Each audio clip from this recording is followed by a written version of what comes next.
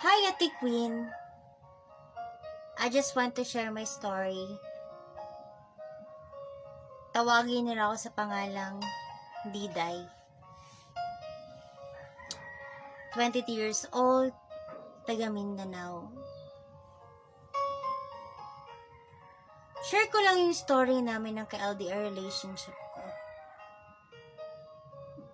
Nagkakilala kami sa Litmatch, isang dating app. While nagsuscroll ako, may biglang nag-message sa akin. Tawagin nila sa pangalang June. Taga Bicol siya.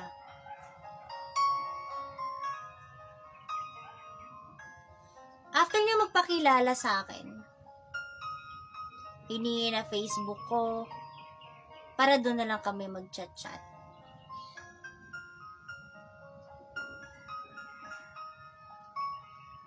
Mabait siya, sobrang maalaga, kahit chat lang. Pero minsan di na nakakapag-chat kasi medyo pawala-wala yung signal sa kanila. Umabot ng 1 month yung pagkakamabutihan namin. Naligaw siya at sinagot ko naman. Pero di naman lahat yun masaya. May mga pagtatalo din naman kasi di naman lahat ng relationship perfect. Until one day, may kinonfess siya sa akin. May 2 anak na daw siya. Pero hiwalay daw siya ng asawa niya. Matagal na. At may pamilya na daw yung asawa niya. Kaya pala minsan pag nag-uusap kami, may mga bata akong naririnig. Ang akala ko, pamangkin niya lang yon. Sabi niya, tanggap ko ba daw siya kahit may anak na siya? Sabi ko, oo naman. Tanggap ko na may anak ka. Di naman masama na may anak ka eh. Ang importante, sinabi mo sa akin na maaga. Then after nun, pag tumatawag ako, minsan kausap ko na yung anak niya. Until one day, sinabi niya sa akin, napupunta siya na Maynila para mag-work. Kasi hirap daw siya makakita ng work sa kanila. Sabi ko, oo naman. Para sa mga anak mo yan eh. At dito naman ako para suportahan ka lagi.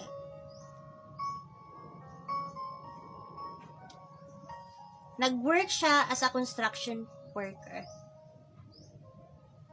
sa kapatid niya na may construction company.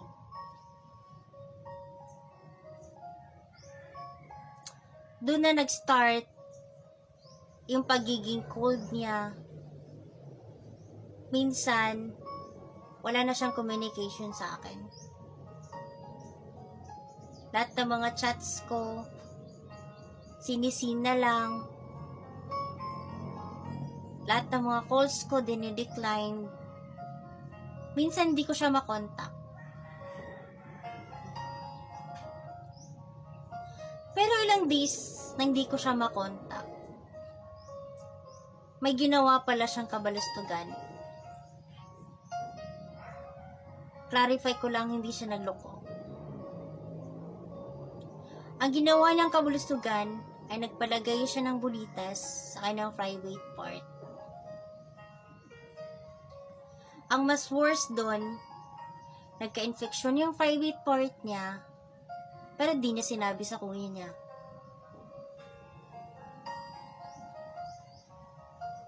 Nagkasugat-sugat yung private part niya. Pero sige pa din siya sa pagtatabaho.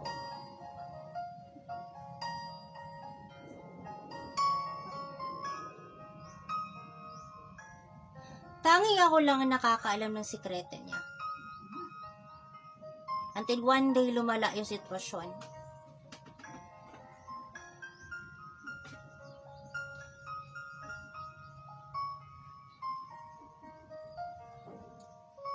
Lumala yung infeksyon at di na matago sa pamilya niya.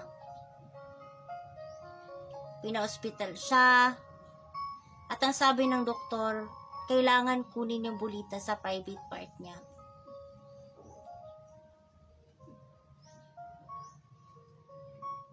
Oo, kinuha yung bulitas na. Pero huli na ang lahat. Kasi kumalat na yung infection sa buhok. At it leads to prostate cancer. Ilang months din siyang nasa ospital. Ako naman, hanggang motivate lang sa kanya.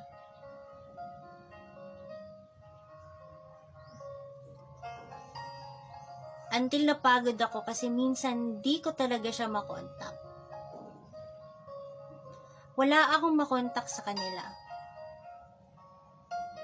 Umabot din ng ilang months na wala akong communication sa kanya. Para akong nalungkot sa nangyari. Kasi ang akala ko, maghanap siya ng way para makontak ako. Pero wala. So, I decided na i-end na lang since di ko na siya makontak. Nag-chat ako sa kanya na hindi ko na kaya. Hindi ko na kaya na wala tayong communication. Lagi akong umaasa na mag-chat ka pero wala akong marireceive na chat. Hindi man lang sinin or wala. As in, walang communication na naganap. Inayaan ko na nagpatuloy ako sa buhay ko.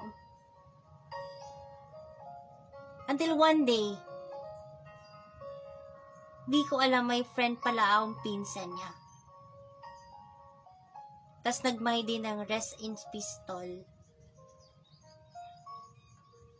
Chinat ko siya, sabi ko, sino yung namatay? Sabi niya, si June daw. Di na daw kinaya ng katawan niya.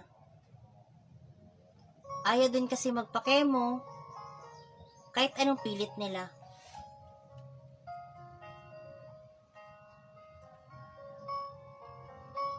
Nung nalaman ko yon, biglang tumuloy yung luha ko. Bigla akong nahihina. At di ko na malayang natumba na pala ako. Kasi sobrang sakit na nangyari. Siya kasi yung taong sa chat ko lang nakilala. Pero sobra kong minahal. Pinangako ko sa sarili ko na pupuntahan ko siya. Pero this time, hindi ko na siya masasabihan ng mga words na I love you. This time,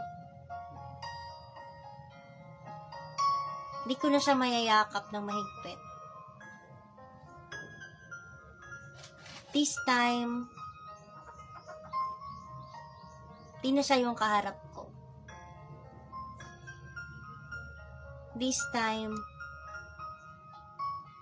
puntod na yung aabutan ko.